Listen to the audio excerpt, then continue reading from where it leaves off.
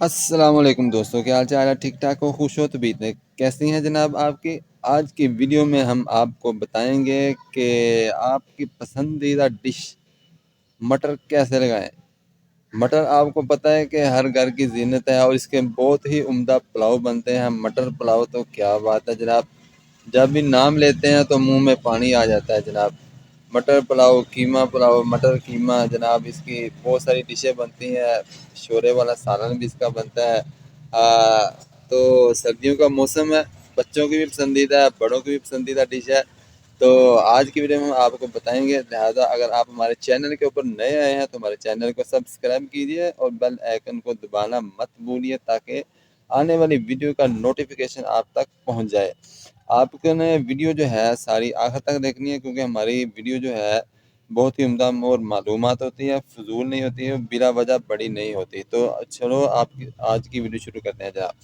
तो सबसे पहले जो है आपने मट्टी अच्छे तरीके से तैयार करनी है, नरम हो, मुलायम हो, रुई की तरह नरम मट्टी होनी चाहिए। ठीक है जनाब। दूसरी बात का आपने ख्याल रखना है कि आपने जो है बीज अच्छी क्वालिटी का लेना है। अगर बीज अच्छा नहीं है तो आपका बीज नहीं उगेगा, आपकी मेहनत, आपकी मुशक्क़त ज़ाया जाएगी जनाब। और दूसरा ये है, तीसरी बात ये है कि आपने इसका बीज ताज़ा लेना है। अगर पुराना बीज होगा तो वो भी नहीं उगेगा जनाब। और आज देखें, मैं आपको दिखा रहा हूँ, मैंने ये लगाए थे तकरीबन 15-20 दिन पहले।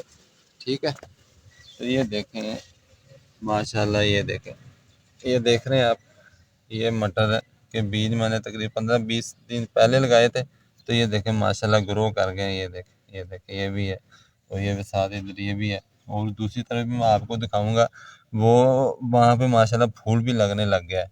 तो आपने इन तीन चीज़ों का ख्याल रखना है। और आगे जो है आपने, मैं एक दो बातें और बताऊंगा आपको।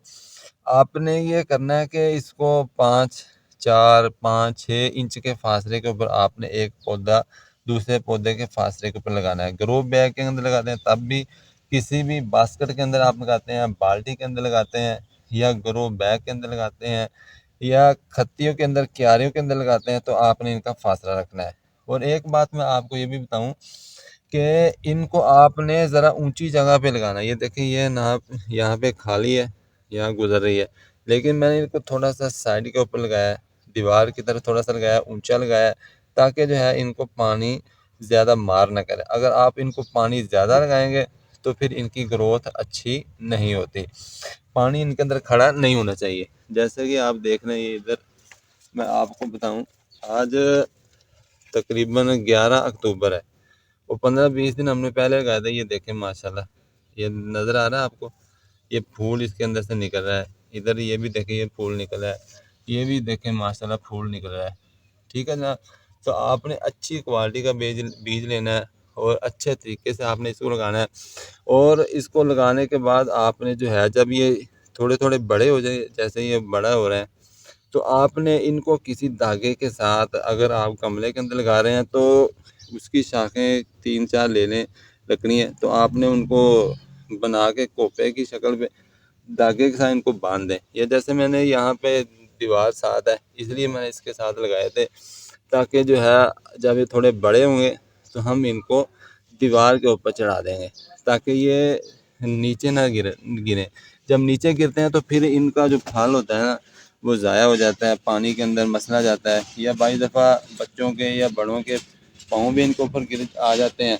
तो इसकी वजह से जो है वो ग्रोथ अच्छी नहीं होती। तो इन चीज़ों का आपने ख्याल रखना है और दुआओं में हमें याद रखना है। अस्सलाम वालेकुम।